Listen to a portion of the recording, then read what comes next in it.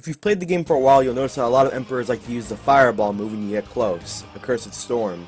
An HP attack that, comes up moderately fast. It shoots out a little fireball out of his hand that shoots out more fireballs, resulting in a lot of fireballs. And now, a lot of people get hit by it, and then the Emperor goes and scurries away before getting ready to position himself again to land more and more trap attacks. There's nothing really wrong with the Cursed Storm, other than if you miss it, you have a lot of end lag to deal with because it's an HP attack. But other than that, it's alright. It's a little small, so sometimes it's easy to miss. But again, it's reliable, it's a strategy a lot of people use, and it's viable most of the time, and it's valid. Now, what happens when you don't bring an HP attack with you to defend yourself, What happens when you don't bring a Cursed Storm with you?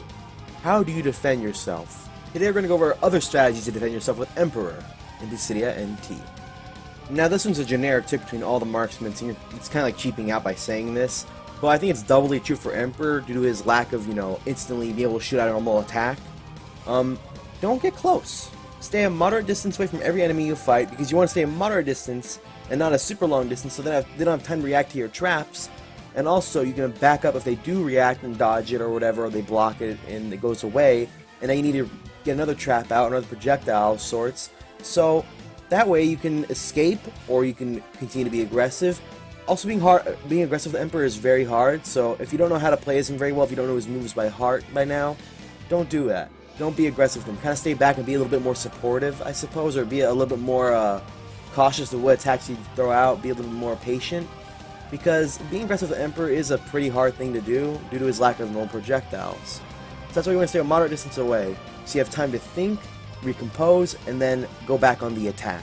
Or on the defense, depending on how the battle is going. Emperor is really easy to deal with when you get in close, because of how long his attacks take. And most people can barrel through his attacks due to how slow they are, even if they are pretty powerful. As you just saw, I died to Warrior of Light, who's a vanguard of all people, because I didn't pay attention to my positioning, and I wasn't ready for him to come up and attack me at that time. Alrighty. Now, other than retreating, let's see what Emperor can do specifically himself. Well, when someone approaches you in the air, there's actually two different options you can go with. Your neutral and your forward bravery. These two attacks are also known as Red Soul and Beckoning Blast. This is one of Emperor's very few normal-ish kind of attacks. It comes out pretty fast, and it's the standard size of a ball projectile, versus being huge and slow or small and immobile. It's just a normal projectile other than the laser sight, and it's sticky. In terms of defensive usage though, it's pretty standard stuff. However, the problem with this move is that you have to aim it. You can tilt the left analog stick around to change where you're shooting at. By default, Emperor will aim directly at his target, but due to the fact that it's pretty easy to miss if someone's dashing to your left or to your right, or if they're not dashing directly at you, you might want to use the flare instead. You can have up to 3 souls out at once. 1 blue soul and 2 red souls. So spamming red soul is a pretty viable strategy, because it spawns directly on top of the Emperor, it moves very, very slowly, and even if people barrel through it, they take a lot of damage as a result. There's about 483-ish damage, I believe. Not totally sure about the exact number, but those souls hurt a lot, even if they're easy to break through. They pack quite a punch for such a simple cast, along allowing the Emperor to run away after he casts it. So you can either stay there and spam red soul and possibly take a hit, but you'll definitely lower their bravery they take from you. Or you can cast Red Soul and also run back to try and land some more Beckoning Blasts to get them really off of you if you don't have a Cursed Storm. Essentially, my rule is this. If they're a moderate to close distance away, I would use Beckoning Blast. However, if they're way too close due to Beckoning Blast's slightly longer wind-up time, I would use the flares to lower the damage you're going to be taking anyway. Generally, Red Soul is the one you're going to be using more often than not. While Beckoning Blast is also a trap, so that's another problem with using it constantly. You don't want to have to keep resetting your trap over and over again if you decide to use Beckoning Blast as a small extra trap along with all your other ones. Beckoning Blast is a quick slap, while Red Soul is your normal defensive tool basically. Remember, your ultimate goal is actually to get out of there rather than keep staying in a defensive position. It's really easy for even a single enemy to overwhelm you when you're playing as Emperor. Now, on to what to do when you're on the ground. Well, you have your soul again, basically the same usage, just using when somebody gets near you. However, you only have 1, so you probably want to jump, throw out 2 more, and keep running along with using that 1 blue soul. To be quite honest, in terms of defense, when you're not really good on the ground, Emperor has this one weird lightning move he can do. Honestly, it's really easy to see coming, and it's okay for people who are right in front of you, you want to get them away from you, who are in melee distance, like literally right in front of you. That's when you're going to use the lightning move, because it's really easy to see coming. It spawns 3 rows of triple lightning in front of you, so what you're really going to use it for is just, again, people who are right in front of you. Because most people will be able to see it coming and react to it appropriately.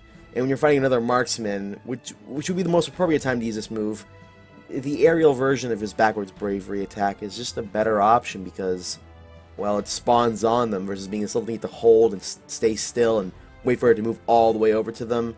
It's only people who are like directly right in front of you, or people who are completely immobile, who see it coming but cannot move for whatever reason. Maybe they're in Bingo or they're playing as Furion.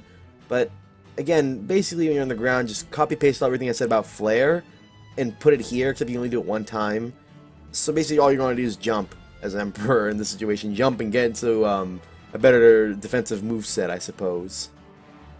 Emperor's dash attack is useful, but it covers a really small area and it's really easy to barrel through. It's nice. It's a nice little addition to the other things I said earlier about using Red Soul and Beckoning Blast and Blue Soul, but it's not necessary. I mean, it's probably better on the ground than it is in the air because in the air you have better options overall than on the ground. But I consider it like a little bonus. If you can get everything else ready in time, you know you can, then go ahead and use the dash attack. But if you can't, then just use either the souls or the blast and that's it. Because, again, the dash attack is easy to barrel through and it doesn't do a lot of damage anyway. Now we already discussed how to use a Cursed Storm. Use it as a standard projectile. What about his other HP attacks? Well, Fury's Cell is a trap. It's a standard trap you throw out there. You're not really using it defensively or offensively at all, just kind of placing it there to pollute the battlefield even more, or whenever a good opportunity comes up to use it.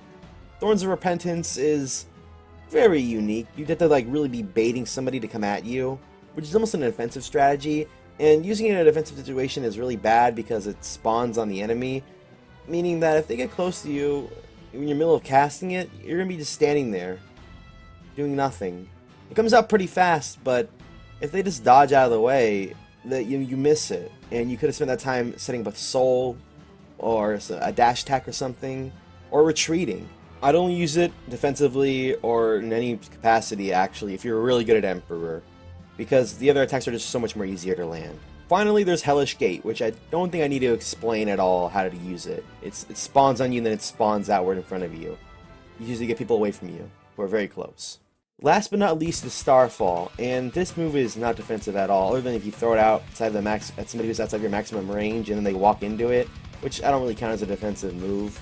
The way to use it is that you're working with your team and you see an opportunity to throw it out because like let's say somebody is attacking your teammate and they're like not moving or whatever, or there's a mage casting a big attack and then you throw it out there to stun them.